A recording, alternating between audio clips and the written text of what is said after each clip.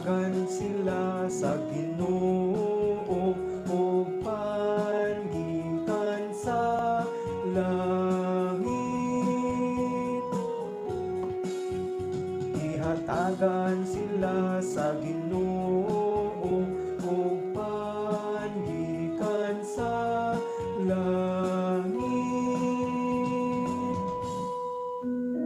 Ang tanan nga among hitunggan ug hibaluan,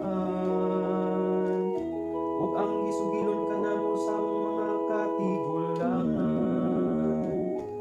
Among isangyaw ngadto sa kaliwat nga umaabot ang maymayaong mga buhat sa Ginoo, ug ang iyang gahom ug ang mga katingalahan nga iyang gibuhat.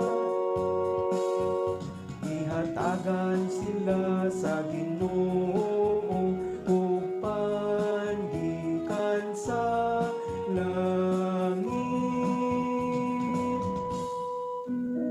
Isugo niya ang kalangitan sa taas, ug ang mga pultahan sa langit iyang giablihan.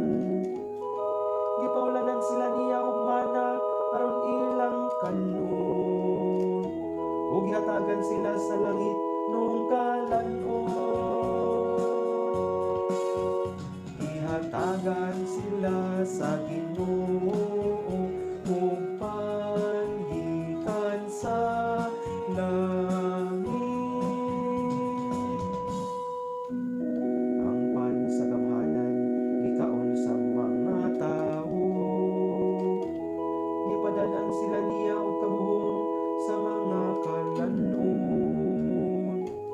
Gidala sila niya ngadto sa iyang balaan nga yuta, ngadto sa kabukiran nga nadaog sa iyang tuong kamot.